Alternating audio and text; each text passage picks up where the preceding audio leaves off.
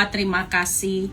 Kami mengucap syukur untuk kami masih ada kesempatan untuk mendengar firman.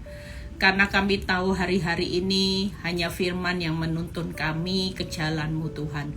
Urapi bibir lidah hamba-Mu, berkati setiap telinga yang mendengar, biar semua kemuliaan kembali kepadamu di dalam nama Tuhan Yesus. Yang percaya berkata amin ya. Shalom semuanya. Erni tetap luar biasa, Fania juga ya. Nah, kita percaya bahwa hari ini ada banyak hal yang kita lakukan ya. Kenapa saya bikin renungan pagi ini? Karena ada banyak hal yang kita lakukan dalam hidup ini, pastikan jangan sampai semuanya sia-sia. Tangkap ya, kita perlu kejar perkara-perkara yang di atas. Ada banyak orang menghabiskan, misalnya saudara cuman hidup buat uang, hidup buat sukses, hidup buat kaya ya. Dan itu jadi target saudara, hidup buat diri saya ya. Saudara percaya kalau itu jadi tujuan hidup kita, setiap hari kita buka mata hanya targetnya gimana saya bisa closing, gimana bisa tutup target, gimana bisa menjadi sukses dalam waktu dekat. Nah, hari ini kita sadar bahwa semua ini perkara yang sia-sia ya. Termasuk saudara kalau kita membangun rumah tangga, kita nggak punya target apapun ya, sekedarlah pokoknya saya, suami, anak-anak happy semua ya. Saudara percaya kita ada di dunia ini tetap sebagai apa saudara? Terang garamnya ya, terang dan garam dunia. Kita jadi saksi Kristus seperti Kisah Rasul 1 ayat 8 ya. Pergilah jadilah saksiku sampai ke ujung bumi. Saudara tangkap ya. Artinya saudara dan saya bukan hanya saudara membangun kehidupan bahagia ya, tapi bukan bahagianya Tuhan. Makanya waktu saya dapat rema, Tuhan selalu ingatkan saya, kalau engkau bahagia, yang jadi pertanyaannya bahagiamu sudah jadi bahagiaku enggak? Seringkali kita mengejar bahagia bukan bahagianya Tuhan. Ya, kita cuma mengejar Tuhan, kamu enggak bahagia enggak apa-apa, yang penting aku bahagia. Nah ini egoisnya kita. Kalau kita hari ini hidup hanya mengandalkan Tuhan, ya kita nggak bisa, kita butuh Tuhan. Sebaliknya kita juga otomatis ada dua arah ya. Kita butuh Tuhan, Tuhan juga butuh kita. Kita nggak bisa bilang gini, Tuhan yang penting aku bahagia. Urusan Tuhan bahagia, urusan target Tuhan tercapai atau enggak, itu enggak jadi masalah. Yang penting targetku jawab dulu Tuhan. Tangkap ya. Nah seringkali tanpa kita sadari, orang yang hari ini hidup seperti ini, di akhir zaman semua akan tumbang saudara ya. Saya ketemu seorang ibu yang waktu saya pelayanan, ibu ini setelah selesai khotbah, ibu ini samperin saya saudara. Dia berkata gini, Bu tolong doakan suami saya. Saya bilang, Bu doain apa? Kami berdua ya, dulu Bu waktu kami berdua pelayanan dan keadaan ekonomi kami semua baik. Suami saya dan saya itu seorang hamba Tuhan. Suami saya termasuk berkhotbah Bu Eli. Itu rohnya menyala-nyala Bu Eli. Tapi yang membuat saya sedih hari ini, suami saya sudah berhenti, turun gak mau melayani Tuhan, bahkan datang beribadah aja sudah gak mau. Saya tanya, kenapa Bu?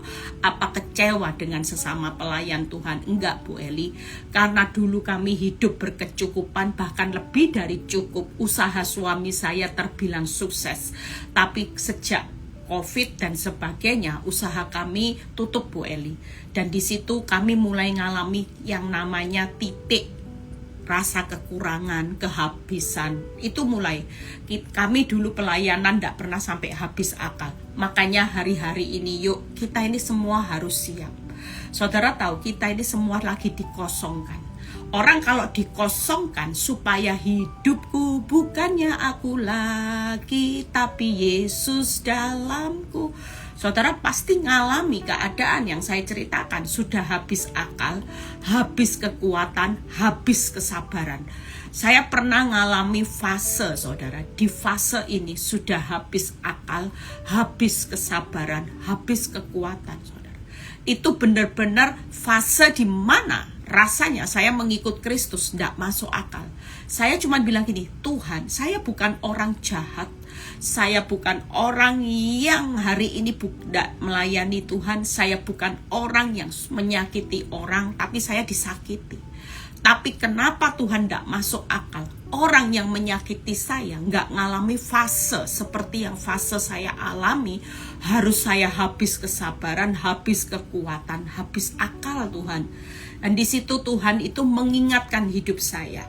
Kamu adalah satu bejana, ya, bejana yang sedang aku bentuk, ya.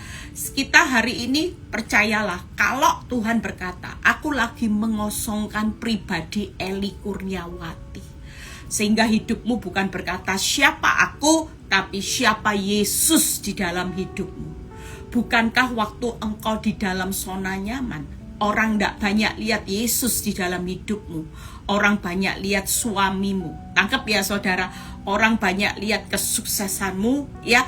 Orang banyak melihat kelebihanmu sebagai ibu rumah tangga, yang mungkin kau berkata, orang berkata, oh Bu Eli cantik, punya suami baik, suami hebat, suami pengusaha yang sukses. Bukankah selama ini hanya orang tahu siapa Eli Kurniawati, bukan orang tahu siapa Yesus di dalam hidup Ibu Eli? Saudara tangkap ya, ini jelas berbeda loh saudara.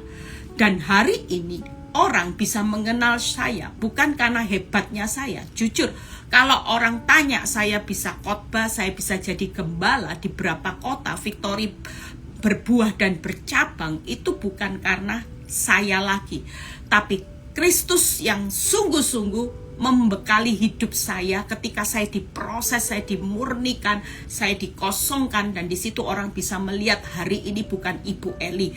Ibu Eli yang lama sudah mati, tapi hari ini orang cuma lihat, kalau bukan karena Tuhan Yesus, gak mungkin Ibu Eli bisa khotbah, gak mungkin Ibu Eli bisa tetap sukacita, bisa bergembira, gak mungkin Ibu Eli hari ini bisa sehat kemana-mana sendiri, sehat ya, naik pesawat pulang pergi sendiri, sehat, gak pernah sakit. Itu salah satu anugerah buat saya.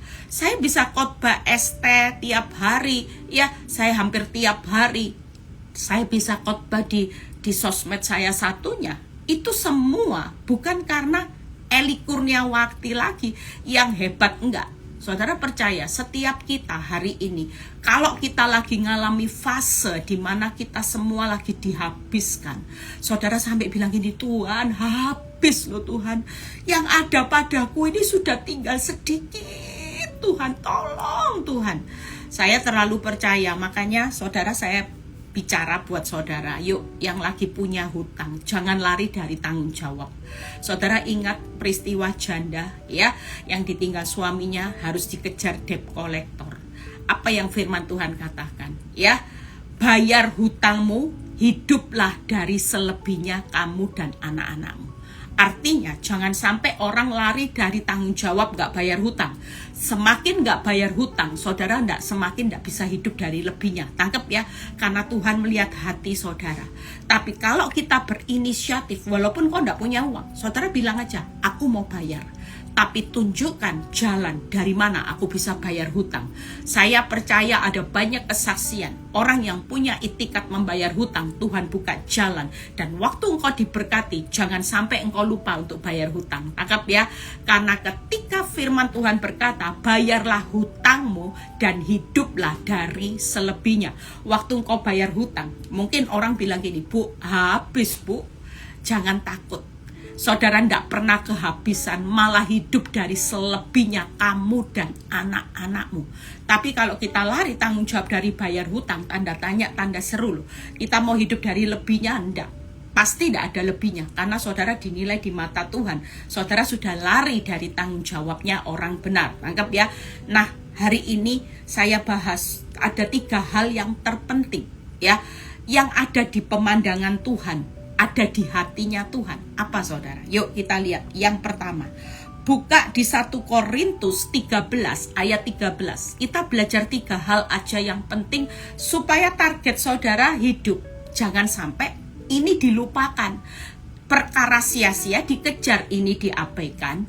Yang saudara kejar cuman uang, viral, nama baik, harga diri, terkenal, sukses. Tangkap ya, semua yang saudara dapat, kekayaan, viral, harga diri, itu diperoleh. Memang dunia bisa mengeluh-ngeluhkan saudara, menjunjung tinggi saudara, tapi itu diperoleh untuk ditinggalkan. Tangkap ya. Makanya realita kehidupan sekarang ini kita harus mengubah mindset. Tangkap ya. Kita tidak bisa ikut arus dunia yang berkata sukses nomor 1, kaya nomor 1. Tangkap ya. Kalau ukuran ikut Tuhan, kaya, sukses, viral, terkenal, apa bedanya saudara dengan dunia? Dan saudara tidak perlu Tuhan. Saudara cukup pergi minta pesugihan, ya, minta kekayaan. Saudara akan bisa dapat loh itu. Mungkin saudara kepingin sukses, saudara bisa beli dengan semuanya. Nanti kalau aku sukses akan ada ya yang namanya imbal balik. Saya pernah dengar seorang, saya tanya, gimana cara kamu bisa hari itu sukses? Dapat segala sesuatu, dan akhirnya dia bilang penyesalan selalu datang terakhir. Jadi dia bilang gini, saya dulu Bu Eli, saya jadi seorang ya kayak ani-ani, dan kalau dia kepingin sesuatu dari yang orang yang pelihara dia selalu pergi ke orang paranormal, dan dia bilang gini, kalau saya dapat target rumah dan mobil, saya akan kasih kamu komisi 20% dari harga rumah dan mobil. Setiap kali dia dapat, dia pasti bayar 20% komisi ke paranormal ini. Tangkap ya. Dan di situ Bu Eli, ternyata apa yang saya nikmati semuanya habis, bahkan saya harus bayar harganya mahal. Makanya benar, uang jin dimakan jin, uang panas dimakan panas. Tangkap ya. Tapi kita semua yang tidak instan, kita tidak perlu bayar harga. Berkat Tuhan yang menjadikan kita kaya, susah payah tidak menambahi. Tangkap ya. Apa artinya saudara dapat uang dulu, tapi ini uang panas. Tangkap ya. Saudara dapat uang jin dulu, tapi nanti uang jin dimakan jin, uang panas dimakan panas. Artinya susah payah akan mengikuti saudara, karena semua ini bukan dari Tuhan. Tapi kalau berkat ini dari Tuhan, maka susah payah tidak akan menambahi sampai anak cucu. Ini yang perlu diingat. Nah, makanya 3 hal ini jadi fokus. Ya, waktu saya persiapkan ayat ini ayat juga buat saya, supaya kita hari-hari ini tahu prioritas hidupmu di mana, di waktu yang semakin singkat, semakin sempit. Kita lagi menantikan kedatangan Sang Mempelai. Kita jadi Sang Mempelai Kristus. Saudara persiapkan baik-baik. Saya selalu berkata 3, yaitu jubah kekudusan, 9 buah roh, aksesoris. Saudara nggak mungkin ke pesta tanpa aksesoris. Tangkap ya, apalagi seorang wanita pasti pakai kalung, anting-anting, gelang, cincin, ya. Apalagi mungkin saudara pakai sabuk dan sebagainya, pakai berlian, mahkota dan sebagainya. Pastikan kita juga hari-hari ini 9 buah roh dan kasut. Artinya kita harus punya kerelaan.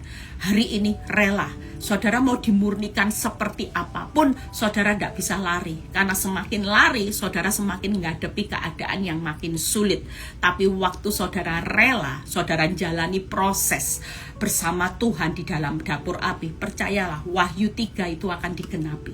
Aku akan melindungi seluruh orang benar yang lagi mengalami pencobaan di seluruh dunia, dan aku pasti menyelamatkan. Tangkap ya. Jadi ini sedang mau event di mana seluruh dunia itu lagi ngalami yang namanya pencobaan di seluruh dunia, di mana ada banyak orang ngalami masa sukar. Tapi sekali lagi Tuhan berkata, aku akan melindungi engkau dan menyelamatkan engkau. Jangan pernah melepas kepercayaanmu. Sering kali saya berkata, orang takut khawatir itu lagi melepaskan kepercayaan. Mungkin kita lagi melepaskan kepercayaan 30%, mungkin 40%, mungkin kalau saudara tidak segera diisi firman, 40, 50, 60, 80, sampai fase 90, saudara akan murtad. Dan ini yang bahaya saudara. Buat kita yuk sungguh-sungguh perhatikan firman, karena hanya firman itu benar-benar kompas ya, yang buat kita bertanding sampai akhir, finishing well. Tanpa kompasnya firman, saya terlalu percaya ada banyak orang yang tumbang ya. Seperti seorang ibu yang cerita, Bu, ketika usaha suami saya kolaps, di situ suami saya berhenti melayani Tuhan. Suami saya diajak ke gereja, tidak mau. Dia marah sama Tuhan. Dia berkata, Tuhan tidak adil. Senyatanya kalau semua diberi nyaman, maka saudara jauh lebih bahaya. Kenapa? Setiap kali Tuhan mengizinkan saudara tidak mengalami pemurnian, nyaman-nyaman terus, saudara ada di sarang penyamunnya iblis. Saudara benar-benar lagi dijebak sama iblis dengan kenyamanan yang hari ini hidup menuntut gampang. Saudara hati-hati, jalanmu lurus tapi ujungnya nggak jelas, maut. Betapa kita bersyukur jalan hidup kita tidak mudah. Saya terlalu percaya seorang hamba Tuhan, orang yang sungguh-sungguh dalam Tuhan, Tuhan lagi mau murnikan saudara, bukan hanya sungguh-sungguh karena berkatnya. Tangkap ya, betapa banyak orang. Saya tuh bersyukur lewat ST ini, saya juga semakin mengenal Tuhan itu dengan benar. Hari-hari ini Tuhan banyak bicara dalam hati saya. Tuhan bilang gini, kamu tahu, semakin orang sungguh-sungguh dalam Tuhan, saudara tahu, Tuhan bilang gini, ada banyak orang ketipu Eli. Tidak semua orang yang haleluya, haleluya. Mungkin setiap kali mau selalu bersyukur kepada Tuhan. Ada banyak orang, Tuhan bilang, yang kelihatannya sungguh-sungguh, senyatanya mereka sungguh-sungguh hanya untuk cari berkatku, bukan cari aku. Orang banyak bersungguh-sungguh cari kenyamanan, kebahagiaannya dirinya, bukan kebahagiaanku. Tidak mungkin orang di dalam zona nyaman peduli dengan aku. Mereka hanya peduli dengan berkatku. Jarang orang mau ambil hatiku. Makanya berapa hari yang terakhir saya dapat renungan firman, itu bagus. Saya sudah share ya, saudara tahu, orang yang setia sama Tuhan hari ini adalah orang yang mengasihi Tuhan dengan segenap hati, segenap jiwa, segenap kekuatan. Kemarin ada seorang ibu yang konseling sama saya ya di PHP. Habis balik lagi. Bu, gimana? Sudah janji loh Bu sama saya ya. Sampai anak-anak yang dengar juga senang. Sudah janji mau balik, tidak mau balik lagi karena dia habis sakit ya. Ceritanya suaminya habis sakit, tidak tahu kencing manis, tidak tahu apa, parah ya. Dan dia rawat suaminya. Dia sudah minta maaf sama istri, anak-anak karena dia sakit hari itu. Istrinya saya bilang, kamu tetap harus baik, rawat suamimu dengan baik, tulus buat Tuhan. Singkat cerita, si istri sudah tulus karena buat Tuhan ya, dirawat, tidak disinggung-singgung dosanya. Jujur kalau orang tidak ada firman pasti bilang gini, rasain lu waktu enak kamu sama happy sama ani-ani, sama wanita tobat, tapi waktu kamu sakit, kamu terluka, kamu hari ini kena sakit penyakit, kamu cari saya dan anak-anak, emangnya aku suster, emangnya aku pembantumu, sorry ya. Nah, jujur kalau itu nggak ada firman, kita semua pasti berespon seperti itu. Kenapa? Karena bilang gini, kok enak? Emangnya dia kurang ajar? Waktu enak nggak inget anak istri, waktu sudah sakit, sudah nggak bisa apa-apa, kita disuruh jaga, disuruh obatin semua sakit penyakit ya. Sekain dia Bu karena nggak bisa jalan, pipis semua saya yang rawat. Loh, jujur kalau kita nggak punya firman, nggak mungkin. Saya terlalu percaya hanya firman yang bisa membuat orang waktu kembali suaminya, dia bisa rawat saudara. Dia bisa rawat, dia bisa obatin suaminya. Wow, saya cuma bilang Bu, tulus aja. Ibu dalam penilaian Tuhan, jangan sampai ibu hari ini membalas berbuat baik hanya tunggu balasannya. Kalaupun balasannya dari suamimu tidak dapat, Tuhan itu tidak mungkin berhenti memberkati ibu. Singkat cerita, dia tulus. Dia tidak pernah tanya suaminya apapun dosanya. Dia seka suaminya. Bu, setelah sembuh kemarin nangis-nangis, dia kembali lagi dengan wanita tobat Bu Eli. Suakit Bu Eli, suakit. Saya cuman bilang, Bu, yuk ibu mengasihi Tuhan dengan segenap hati, full heart aja. Ibu hari ini mau menyerah, berarti ibu mengasihi suami lebih dari Tuhan. Kalau ibu mengasihi Tuhan, ibu tidak akan menyerah. Full heart buat Tuhan. Kasih hati yang penuh buat Tuhan. Sudah, urusan jatuh hati mengasihi Tuhan itu segenap hati. Jadi tidak ada buat suamimu. Suamimu siapapun boleh nyakiti hidupmu. Tapi sekali lagi kalau saudara segenap hati buat Tuhan, saudara tidak akan nyakiti hati Tuhan. Jadi gimana? Jadi lakukan firman. Ya sudah, kamu mau balik lagi sama Anyani, wanita tobat, aku juga tetap mengasihi kamu. Karena aku mau ngasihi Tuhan dengan segenap hati, sehingga aku tidak ada pilihan. Harus taat. Full heart itu taat sama Tuhan itu 100%. Tidak boleh tergantung kondisi. Ada banyak orang taat itu syarat dan kondisi. Tangkap ya, ada syaratnya dulu Bu. Ya Bu Eli, aku bisa ngasih suami asal dia jadi baik, dia bertobatnya sungguh-sungguh. Lah kalau seperti ini, sorry Bu, sakit buat saya. Lebih baik dia tidak usah kembali daripada tiap kali kembali itu membuat saya sakit. Sering kali kita mengasihi seseorang itu bersyarat. Kalau kita dengan segenap hati, segenap jiwa, segenap kekuatan, saudara percaya, kekuatan kita hari ini itu kuat. Orang mengampuni itu butuh kekuatan loh saudara, tidak gampang. Orang bisa mengasihi waktu disakiti itu butuh kekuatan saudara. Orang bisa bersuka cita di tengah keadaan hidupmu semakin sulit itu butuh kekuatan. Orang bisa bersyukur waktu engkau kekurangan, itu butuh kekuatan saudara. Orang bersyukur waktu rumahnya mewah, usahanya lancar, berhasil, semua enak, bisa jalan-jalan ke luar negeri, semua nggak butuh kekuatan. Tapi waktu kita bersuka cita, bersyukur di tengah masa yang sulit, itu butuh kekuatan. Saudara tidak bisa jalan hidup sendiri. Nah, 3 hal ini yang jadi fokus dari tadi putar ya saudara. Ternyata kalau khotbah, makanya khotbah ini tidak bisa cepat saudara. Jujur, ini masih pembuka aja sudah saya lihat, waduh sudah 30 menit saudara. Ya, saudara percaya, saya lagi dapat sesuatu yang Tuhan taruh dalam hati saya. Ini yang perlu saya bagikan, supaya apa? Saudara jangan lihat masalah lagi. Karena masalah itu nggak jadi masalah kalau kita tidak mempermasalahkan. Yang jadi masalah besar hari ini antara kita mau, yang penting kita ini sudah dapat keselamatan, itu sudah sesuatu yang terbesar. Tangkap ya. Makanya lagu karya terbesar dalam hidupku, pengorbananmu yang selamatkanku, ini loh yang terbesar. Tapi banyak orang melepaskan yang terbesar, ganti yang sia-sia. Lah hamba Tuhan pendeta bisa khotbah gara-gara keuangannya sulit, kok akibatnya melepaskan Tuhan, ganti hari ini dia menjual imannya hanya kebutuhan perut ya. Makanya ada ayat yang besok saya bagus, ingat perut itu ingat Filipi 3. Besok saya akan khotbahkan Filipi 3 ya.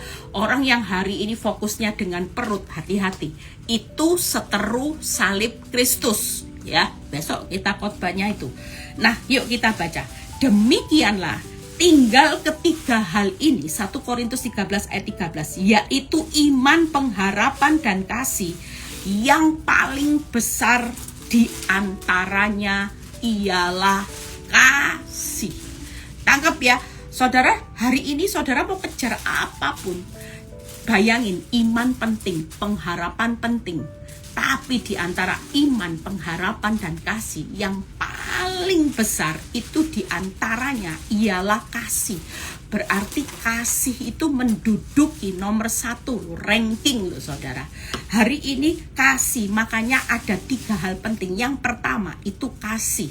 Kasih itu posisinya itu ada di nomor 1 yang paling berkenan di hadapan Tuhan. Saya percaya orang hidup tanpa kasih itu semuanya sia-sia. Forget it. Kalau mau ngikut Kristus, saudara punya kekuatan untuk membenci bertahun-tahun. Saudara sama sekali hari ini mau pelayanan, mau berdoa 24 jam, mau nangis-nangis baca firman, saudara mau tampil sebagai pengerja di gereja, semuanya itu tidak akan punya apapun. Kalau saudara baca di 1 Korintus 13 ayat 1, tanpa kasih semuanya sia-sia. Mau saudara hebat sebagaimanapun, saudara mau pengorbanan saudara buat Tuhan, mau bangun gereja. Orang dunia tahu bahwa saudara adalah donatur gereja yang terbesar, orang tahu. Tapi sekali lagi, di mata Tuhan saudara bukan siapa-siapa. Tangkap ya, itu yang pertama. Nanti saya bahas 3 hal. Yang kedua, yaitu posisi yang kedua adalah Ibrani 11 ayat 6. Kita baca satu persatu. Ibrani 11 ayat 6. Tetapi tanpa iman kita tidak mungkin berkenan kepada Allah. Berarti nomor 2, iman. Anggap ya, karena tanpa iman, saudara mau hebat seperti apapun, kalau saudara jadi orang Kristen, saudara cuman hidup karena percaya. Ketika Tuhan berkati saudara, saudara adalah orang yang paling termalang. Orang yang hari ini hebat berkenan di hadapan Tuhan adalah orang yang hari-hari ini punya iman, saudara. Tuhan, walaupun hari ini aku belum melihat jalanmu, aku memilih untuk percaya. Makanya Daud itu kenapa hati Tuhan itu kelepek-kelepek sama Daud. Saya terlalu percaya ada satu statement Daud kalau nggak salah di Mazmur 56. Ketika aku takut, aku percaya. Nah ini, tangkap ya, ada banyak orang ketika takut, mereka tidak bisa percaya. Malah melepaskan kepercayaannya.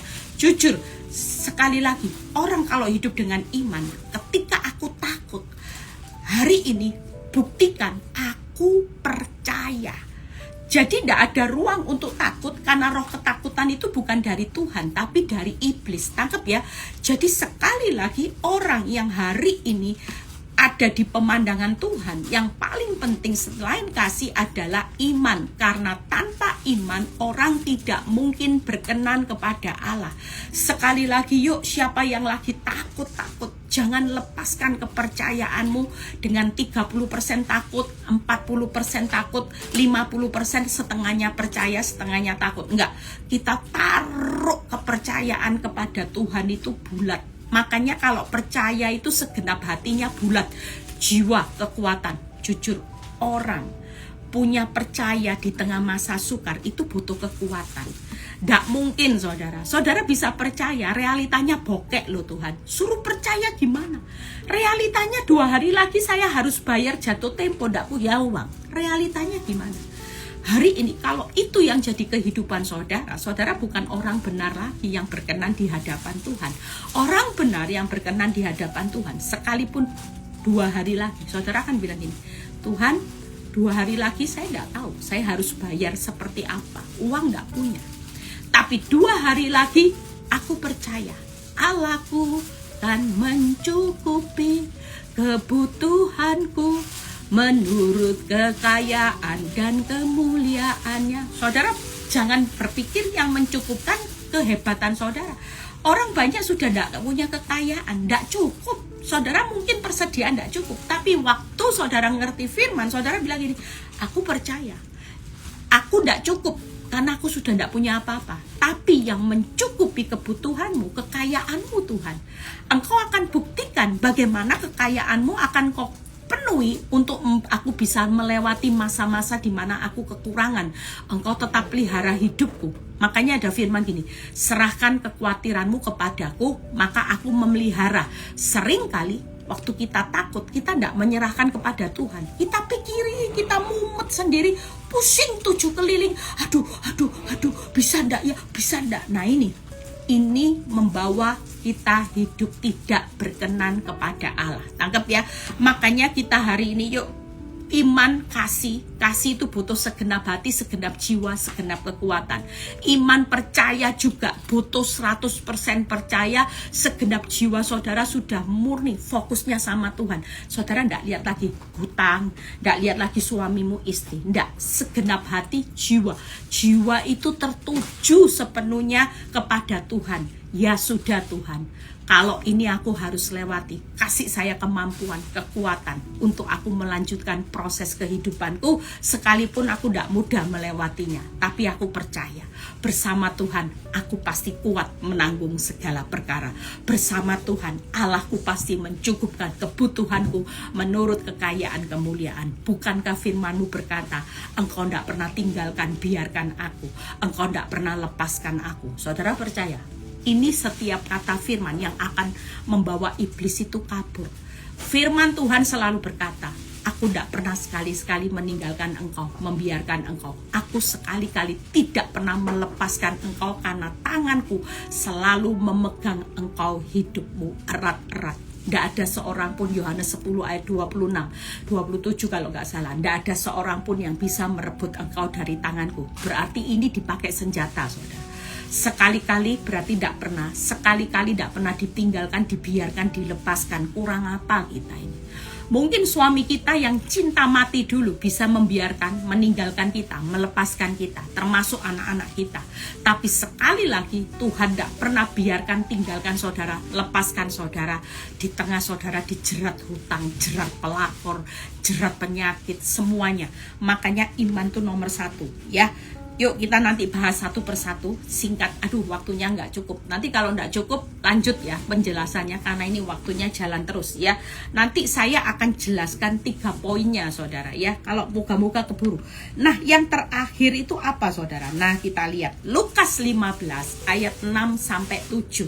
Lukas 15 ayat 6 sampai 7 ya. Saudara pakai senjata hari-hari ini, yuk mulai dipakai. Saya juga pakai senjata ini selalu, saudara. Allahku kan mencukupkan, aku pasti kuat menanggung segala persara bersama Tuhan, karena Tuhan sekali-kali tidak biarkan tinggalkan aku dan lepaskan aku. Ini perkataan firman semua, dan iblis tuh paling takut kalau saudara ngomong firman. Tangkap ya, itu senjata yang mutlak akan mengelak, mengalahkan tipu daya iblis. Karena iblis paling takut dengan firman, karena firman itu Allah sendiri ya. Nah, kita baca Lukas 15 ayat 6 sampai 7. Dan setibanya di rumah ya, ia memanggil sahabat-sahabat, tetangga-tetangga, serta berkata kepada mereka. Apa yang dikatakan Yesus? Bersukacitalah bersama-sama dengan aku, sebab dombaku yang hilang telah kutemukan. Ini dalam satu cerita di mana ya, ketika 100 domba, 99 masih ada, 1 hilang. Itu pun dicari, ditinggalkan 99. Berarti betapa pentingnya yang namanya jiwa. Makanya kenapa kesenangan Tuhan itu adalah jiwa. Hal yang berkenan di hadapan Tuhan waktu kita hari ini selain kasih, iman, jiwa. Jiwa itu nomor 1. Sampai waktu ditemukan itu sukacita. Dan ayat 7 ini yang luar biasa. Aku berkata kepadamu, demikian juga akan ada sukacita di surga. Karena apa, saudara? 1 orang berdosa yang bertobat lebih daripada sukacita karena 99 orang benar yang tidak memerlukan pertobatan. Makanya Tuhan tuh sedih loh, lihat saudara. Ada banyak orang, 99 orang benar yang tidak memerlukan pertobatan. Makanya Tuhan bilang gini, 1 jiwa aja mau datang sama aku dengan ya, nanti kita bahas, kayaknya keburu kok ini ya. Saudara percaya, jiwa 1 yang datang sama Tuhan dengan bertobat itu bawa sukacita di seluruh surga daripada 99 orang benar yang tidak memerlukan pertobatan.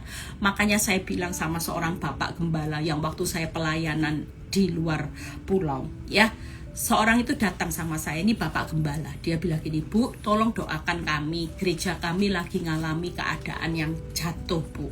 Karena jemaat kami banyak yang kabur ke gereja yang besar, banyak kabur ke gereja yang memberikan fasilitas ya, Bu. Alat musiknya bagus, gedungnya bagus, AC-nya dingin. Sementara kami ini kan gereja nggak mungkin, kita nggak punya donatur yang tetap, Bu. Kalau mau pakai alat musik ya jelas kami kalah. Duduk tempat kursi aja sudah kalah, AC juga sudah kalah, Bu. Jelas mereka bisa panggil hamba Tuhan yang terkenal karena mereka punya uang. Sementara kami dari mana uang? Itunya banyak, Bu. Sekarang domba-domba kami yang berlarian sehingga gereja kami rasanya, Bu, mungkin tidak bisa bertahan. Saya cuma bilang ini, Pak, jemaat tinggal berapa? Ya, jemaat cuma tinggal sekitar sekarang nggak sampai 50%, Bu Eli. Mungkin 40%. Kami nggak tahu ke depannya kami bisa berapa lagi persen. Saya cuma bilang gini, Pak, sudah, Bapak percaya kan ada sukacita di surga. 1 orang berdosa bertobat. Bapak dipercaya 40% domba. Tapi kalau Bapak totalitas, saya terlalu percaya. Apa yang Bapak tabur itu jauh memberikan Tuhan sukacita daripada yang 60% lah kabur, orang benar yang tidak memerlukan pertobatan kabur ke gereja lain, gereja raksasa sekalipun, belum tentu membuat Tuhan itu sukacita dan seluruh malaikat surga bersukacita. Kenapa? Karena banyak orang bondong-bondong cari gereja yang euforia, ya, seperti seminar konser, seperti konser musik, live musik dengan alat musik yang mewah, ya, sepertinya wow, kayak bener-bener konser, bukan lagi pertobatan yang diperlukan, tapi konser ya, live konser, di mana wow, panggil yang terkenal, artis terkenal didatangkan, ya, yang namanya pendeta yang terkenal didatangkan. Tidak salah saudara, tapi kalau tujuannya cuman tarik jiwa tanpa perlu pertobatan, itu yang paling bahaya. Hari ini saya ngomong sama Bapak itu, Pak, ayo Pak, yang 40% dipercaya perkara kecil. Kalau Bapak tidak setia, nanti Bapak tidak dipercaya perkara besar. Tapi 40% ini dijaga dombanya, benar-benar ditopang supaya mereka hidup dalam pertobatan. Dari perkara kecil pasti perkara yang besar. Jadi 3 hal, ya. Yang pertama tadi kasih, yang kedua iman, yang ketiga apa yang paling berkenan di hadapan Tuhan? Pertobatan. Termasuk saudara dan saya hari ini, yuk berikan hidup dalam kasih, hidup dalam iman, hidup dalam pertobatan setiap hari. 3 hal ini akan berkenan. Nah, kalau saudara baca di kitab kasih, kita baca satu persatu, setelah itu kita selesai cepat kok, ya. Saudara baca di 1 Yohanes 4 ayat 7 dan 8. Kenapa kasih itu menduduki ranking yang pertama? Kita baca, saudara-saudaraku yang kekasih, marilah kita saling mengasihi, sebab kasih itu berasal dari Allah, dan setiap orang yang mengasihi lahir dari Allah dan mengenal Allah. Saudara percaya kita ini adalah orang yang berasal dari Allah, lahir dari Allah, mengenal Allah. Makanya kenapa kita harus saling mengasihi. 8. Barang siapa tidak mengasihi, ia tidak mengenal Allah, sebab Allah adalah kasih. Tangkap ya, ayat 11 dan 12 kita lompat. Ayat 11 dan 12. Saudara-saudaraku yang kekasih, jikalau Allah sedemikian mengasihi kita, maka haruslah kita saling mengasihi. Tidak ada seorang pun yang pernah melihat Allah. Jika kita saling mengasihi, Allah tetap di dalam kita dan kasih-Nya sempurna. Jadi sekali lagi ya saudara, hati-hati loh. Orang kalau baca firman ini, saya cuma merenung, berarti kalau saya hidup dalam kepahitan, Allah tidak ada di dalam hidup saya dong. Tuhan berarti artinya gini, hidup kita ini kalau tanpa Tuhan, tanpa hadirat Tuhan, tanpa kehadiran Tuhan, kira-kira orang kepahitan tidak mungkin bisa damai sejahtera. Karena kalau saudara hari ini tanpa kasih, itu nomor 1 yang paling penting. Kenapa? Karena tanpa kasih saudara tidak akan menikmati kehadiran Tuhan, damai sejahtera Tuhan di dalam kehidupan saudara. Saudara bisa bayangin ya, orang kalau hidup tanpa kasihnya Tuhan, damai sejahtera, sukacita dari Tuhan, saudara akan hidup seperti di neraka benar-benar. Hidup ini rasanya hampa, hidup ini rasanya kosong, hidup ini rasanya kayak sedih terus, tidak tahu ada apa sedih. Ada orang seperti itu sampai tidak bisa senyum, tidak bisa sukacita, padahal hidupnya mewah. Tidak tahu apa yang disedihkan karena ada banyak ketakutan, takut ini, takut keluar rumah, takut naik pesawat, takut naik mobil, takut naik sepeda motor, takut ketinggian. Ada banyak orang walaupun hidupnya tidak menjadi masalah, tapi takut Bu, nanti kalau naik mobil ketabrak gimana? Takut Bu, jalan kaki nanti ditabrak gimana? Takut Bu, naik pesawat jatuh gimana? Takut Bu, makan ini nanti kolesterol, nanti penyakit gimana? Ada banyak orang yang lagi seperti ini. Makanya ini cenderung orang yang sudah sakit jiwa, saudara. Orang takut dengan semua banyak hal. Kalau kita nggak punya pengharapan, damai sejahtera, sukacita, karena saudara nggak punya kasih, maka lihat, Allah tetap di dalam kita. Kalau kita bisa mengasihi dan kasihnya sempurna. Tapi kalau orang nggak bisa mengasihi, maka Allah itu nggak ada damai, sukacita, pengharapan tuh tidak ada di dalam hidup saudara. Makanya saya rangkum 3 hal. Tanpa kasih semua sia-sia. Tanpa kasih kita ini bukan berasal dari Allah dan lahir dari Allah. Tanpa kasih kita tidak akan melihat Allah hadir di dalam kehidupan kita. Berarti saudara akan jadi makhluk-makhluk yang benar-benar hidup di luar damai, sejahtera, sukacitanya Allah. Saudara bisa mau jadi hidup seperti apa? Jangan terlalu bangga dengan pelayanan. Kalau hidupmu tidak bisa mengampuni, isinya cuman kepahitan, sakit hati dengan sesama pengerja, sesama gembala, sakit hati dengan gembala saudara, wakil gembala saudara. Saudara hadir dalam pelayanan, tapi Allah tidak hadir loh di dalam kehidupan saudara. Saudara percayalah, orang seperti ini tidak akan pernah buahnya. Saudara mau dipakai pelayanan pun pelengkap, itu pun tidak akan ada efeknya saudara. Ya, kalau mau diceritakan banyak hal yang bisa kita lakukan buat Tuhan, hanya modal kasih saudara akan dipakai Tuhan luar biasa. Kenapa? Orang yang mengasihi itu Allah ada di dalam hidupnya dan Allah hadir di dalam hidupnya.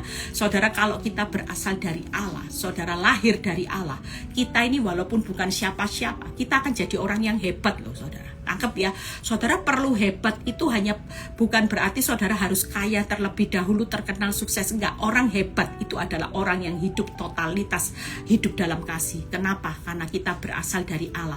Allah hadir di dalam hidup saudara, benih ilahi. Orang yang punya kasih Allah adalah orang yang hebat. Saudara akan dibuat sukses, berhasil, beruntung ketika hidupmu ada hidup dalam kasih. Tapi selama kita kepahitan, Tuhan akan coret. Tuhan tidak hadir dalam hidup saudara. Hari ini kita mau jadi apa? Sukses, berhasil, omong kosong saudara. Banyaknya uangmu saudara juga tidak akan sukses. Pada akhirnya saudara akan jatuh pada waktunya. Itu yang pertama.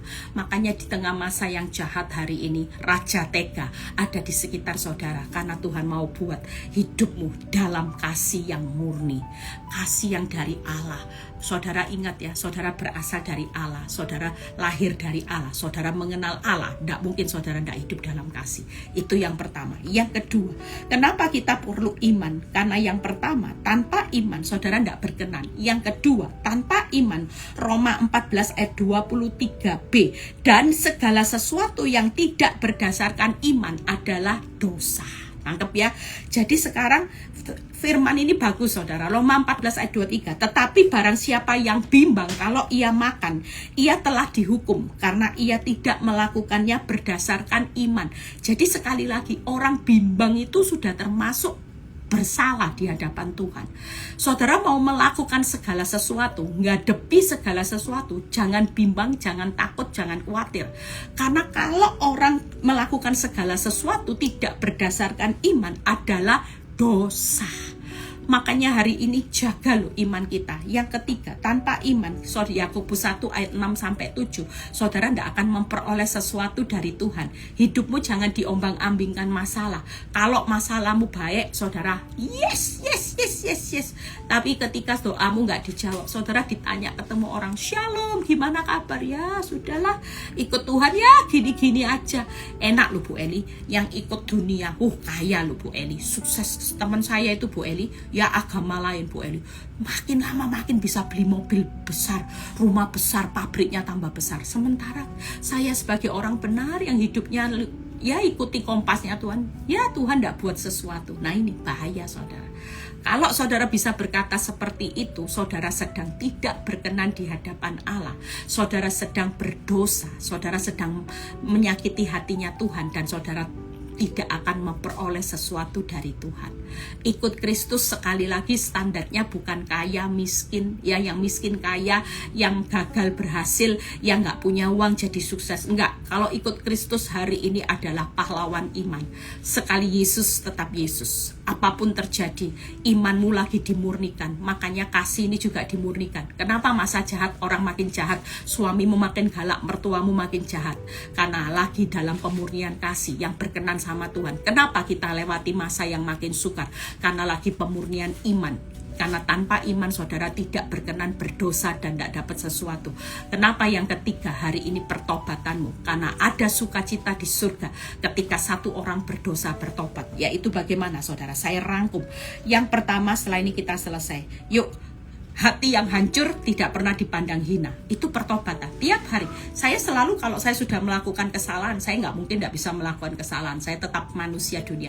Saya langsung hati yang hancur. Tuhan, saya salah, saya ampuni. Tuhan tahu kesungguhan hati saya, mau sungguh-sungguh untuk minta ampun. Yang kedua, hati yang menyesal tidak pernah ditolak seperti anak yang terhilang. Yang ketiga, hati yang mau berbalik tidak pernah ditutup pintu maafnya sama Tuhan. Hari ini pastikan, yuk kita punya hati yang hancur hati yang menyesal, dan hati yang berbalik, bertobat sungguh-sungguh. Hati yang hancur, hati yang menyesal, hati yang mau berbalik. Sudah Tuhan, saya tahu bahwa marah itu tidak baik, pasti orang tidak baik. Aku mau berubah. Mulai hari ini aku nyesel Tuhan, nyesel tadi kok maki-maki orang ya Tuhan, emosi Tuhan. Tapi aku mau berbalik Tuhan, aku tidak mau lagi emosi dikit-dikit Tuhan, aku mau berubah. Itu yang saya lakukan saudara. Makanya tiap hari, tidak ada orang belajar sempurna itu langsung saudara, tidak ada. Orang belajar hidup kudus tidak ada langsung. Makanya Tuhan tahu firman, kejar. Artinya ada usaha. Tidak ada orang salah saudara mendoakan anak-anak langsung berubah jadi kudus, jadi serupa Kristus. Enggak, semua akan berproses.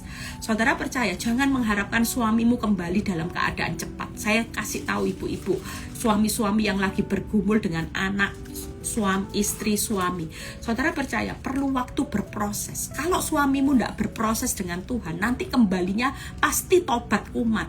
Izinkan waktu dia keluar dari rumah, dia akan mengalami proses kok sama Tuhan.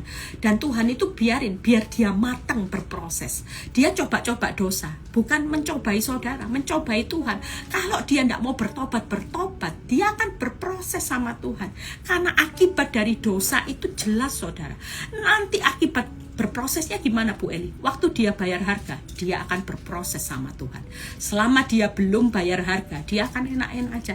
Oh, dosa, enggak terjadi apa-apa. Tapi dia tetap berproses loh. Dia kehilangan damai sejahtera, dia kehilangan sukacita, ada rasa takut. Makanya kalau orang berdosa, itu enggak mungkin pernah damai. Ya, Tuhan Yesus memberkati. Ternyata selesai ya.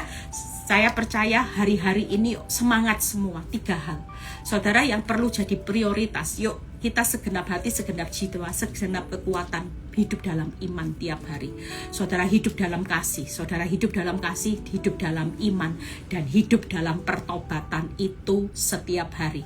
Karena tanpa kasih saudara akan sia-sia. Saudara tidak mengenal lahir dari Allah.